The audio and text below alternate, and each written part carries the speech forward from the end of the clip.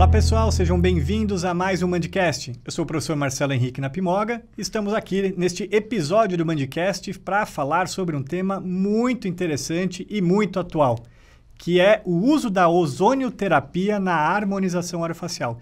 A harmonização orofacial já é um tema interessante, novo, e associar a ozonioterapia é mais interessante ainda. E para falar sobre isso, eu não podia deixar de convidar um dos experts, dos maiores experts do Brasil, que é o professor Francisco Campo. Muito obrigado, professor. Obrigado, professor Marcelo, pelo convite. É um prazer poder falar aqui no Mandcast sobre a ozonioterapia aplicada na harmonização orofacial. É isso aí. Olha só, o professor Francisco, ele é um alumni da São Leopoldo Mandic, mais um egresso de sucesso, fez doutorado em clínicas odontológicas conosco, mestrado em implante, é membro do comitê técnico, da Câmara Técnica, né, do Conselho Regional de Odontologia, membro também aqui de um comitê de ozonioterapia na Espanha, e é ele quem vai nos falar sobre esse tema. Antes da gente entrar exatamente na ozonioterapia na ROF, dá uma explicadinha para a gente o que é a ozonioterapia. Sim, a ozonioterapia é uma técnica que utiliza a mistura de dois gases, oxigênio e ozônio, com a finalidade terapêutica.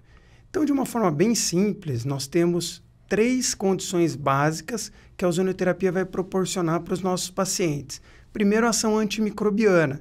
Depois dessa ação antimicrobiana, a gente vai ter algumas ações indiretas que vão desde a modulação de alguns processos imunológicos, como a resposta inflamatória, passando pelo aumento na oxigenação dos tecidos. Então, unindo essas 3 características que a ozonioterapia proporciona, nós podemos obter diversos resultados clínicos favoráveis dentro dos nossos tratamentos. Tá.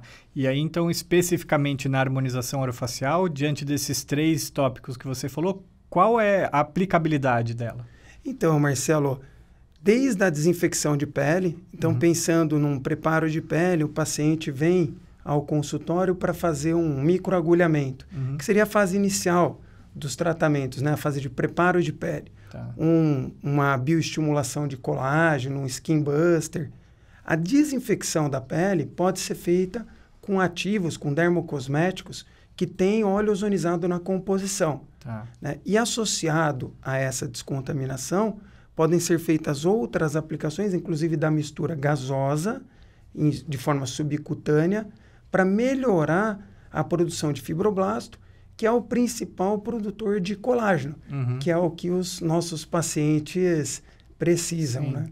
Mas a ozonioterapia, feita essa desinfecção, eu achei interessante, entendi, mas ela também pode ser utilizada subcutâneo para esses estímulos. Sim, ela pode ser utilizada nessa fase de preparo da pele para melhorar a hidratação da pele, a vascularização e até para modulação do processo inflamatório que eventualmente está acontecendo por fatores extrínsecos ou intrínsecos que esse paciente está desenvolvendo. Tá. Mas a ozonioterapia sozinha, ela funciona como se fosse uma molécula para harmonização ou ela é associada aos bioestimuladores, a um botox, alguma coisa assim? Essa é uma ótima pergunta, Marcelo. Eu gosto de separar sempre a ozonioterapia e colocá-la como uma técnica complementar. Tá? Dentro de um planejamento, de um diagnóstico correto, a ozonioterapia ela pode entrar isoladamente, né? Se aquele paciente precisar, por exemplo, só de uma melhora na textura da pele, da oxigenação, ou ela pode entrar também para isso, mas associada a outros ativos que já são utilizados na harmonização, né? Em momentos distintos, ou concomitante, como eu citei do microagulhamento. Né? É possível fazer um preparo da pele com injeções subcutâneas e fazer um microagulhamento na mesma sessão, como também é possível a obtenção de hemoderivados, como o PRF, é possível se fazer a ozonização desse PRF e associar a injeção dele com um microagulhamento, por exemplo. Entendi. E as pessoas que trabalham com harmonização orofacial e que querem usar a ozonioterapia, elas precisam ter um equipamento? Como que elas entram nesse mundo da ozonioterapia? Sim, é necessário, é imprescindível ter um gerador de ozônio, porque o gás, a mistura gasosa oxigênio e ozônio, ela é muito instável, oxidante e reativa. Então, a partir do momento que você coleta essa mistura no seu equipamento, você não pode passar de 10 minutos para a aplicação, Por quê? Porque o gás vai perdendo função, essa mistura gasosa vai perdendo função. Então, o ideal é plug and play. Coleta e já usa, para você não para ter um controle daquela concentração que você quer. E uma boa efetividade. É, uma boa efetividade, senão você perde o controle da dose, né, Marcelo? E na nossa área, se você não tem controle da dose, os resultados não vão acontecer da maneira esperada. Isso vale também para os óleos ozonizados, água ozonizada, tudo? Tudo. Tá. Os óleos, né, que são outras formas de utilização do ozônio, eles também têm concentrações diferentes. E no óleo, como eu não tenho mais ozônio ativo, isso é medido em índice de peróxido. Então, geralmente, quanto maior o índice de peróxido, menos associações são possíveis naquele dermocosmético, mas a ação antimicrobiana tende a ser maior. E quanto menor esse índice de peróxido, essas associações com outros agentes ativos podem ser feitas, e aí eu tenho efeitos de biomodulação de uma maior intensidade. Né? E a água ozonizada também, né? A água ozonizada tem as suas corretas indicações, mas o tempo de vida útil dela também é relativamente curto, respeitando os critérios, até mais ou menos 4 horas. Depois disso, eu preciso fazer uma nova água ozonizada. Tá. Quais são os procedimentos em harmonização orofacial que são mais indicados para a utilização concomitante com a ozonioterapia?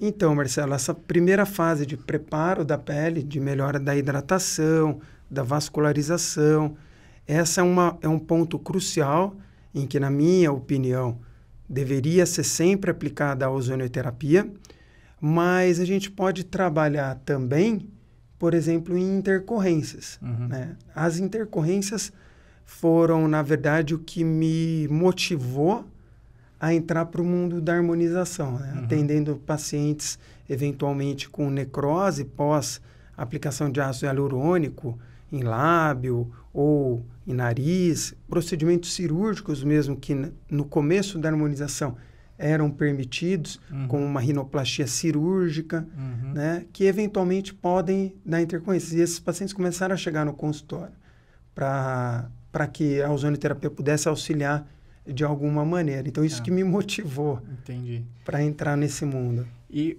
utilizando a ozonioterapia como um complemento à harmonização, existe alguma desvantagem ou algum risco que esses pacientes podem correr?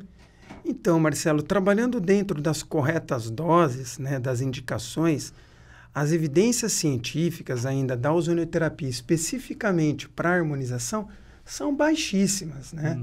É uma especialidade nova. A ozonioterapia também, aqui no Brasil, está regulamentada desde 2015. Então, a gente tem que cruzar informações. Mas, sem dúvidas, né, a gente vai obter ótimos resultados respeitando algumas doses já pré-determinadas pela literatura. Mas não existe, assim, ou existem relatos do uso de ozonioterapia e ter algum tipo de... enfim, de piora, não piora, é? Não. Usando as corretas doses, não. O que a gente tem alguns relatos, Marcelo, nós publicamos no ano passado um relato de caso clínico, junto com o professor Grilo, aqui da escola, da Buco, de clareamento de olheira. E nesses procedimentos em que envolve a região periocular, né, o olho ele tem uma baixa capacidade antioxidante. Então, quando você trabalha com volumes um pouquinho mais altos de ozônio nessa região, é comum gerar um efizema. E isso pode gerar um estresse no paciente. É claro que isso vai sair ao longo dos dias. Então, isso a gente sempre bate durante os cursos. Nessa região, ao redor dos olhos, a gente tem que ser muito cauteloso com relação à dose, né? Que é a concentração vezes o volume da substância que a gente está injetando, no caso, o ozônio. Então, trabalhar com doses reduzidas para evitar essas intercorrências. E as intercorrências normais, decorrentes ao uso de agulha. Né? De repente, pegar um vasinho, ficar com algum tipo de edema por conta desse trauma da agulha. Mas nada além disso. Tá, legal. Então, para finalizar, os profissionais, né, e os pacientes que fazem procedimentos de harmonização em conjunto com a ozonioterapia têm um benefício adicional. Sim, é um benefício. Eu falo que é um plus. A ozonioterapia vai trazer um plus, melhorando essa qualidade da pele, facilitando com que os procedimentos posteriores tenham maior eficácia. Porque a gente sabe que se eu tiver uma vascularização mais adequada e uma resposta inflamatória mais bem orquestrada pelo meu sistema imunológico, uma aplicação de um outro ativo, como por exemplo um ácido hialurônico, ele vai surtir um efeito melhor e muitas vezes utilizando doses mais baixas, né? Como os outros trabalhos que comparam, por exemplo, a utilização de analgésicos, anti-inflamatórios e antibióticos associados à ozonioterapia. Todos esses trabalhos mostram que ocorre uma diminuição na dose dessas terapêuticas medicamentosas. E na harmonização, isso é uma observação clínica de relatos de colegas, a gente consegue reduzir. Isso acaba sendo muito interessante para o paciente e para o profissional. Sem dúvida.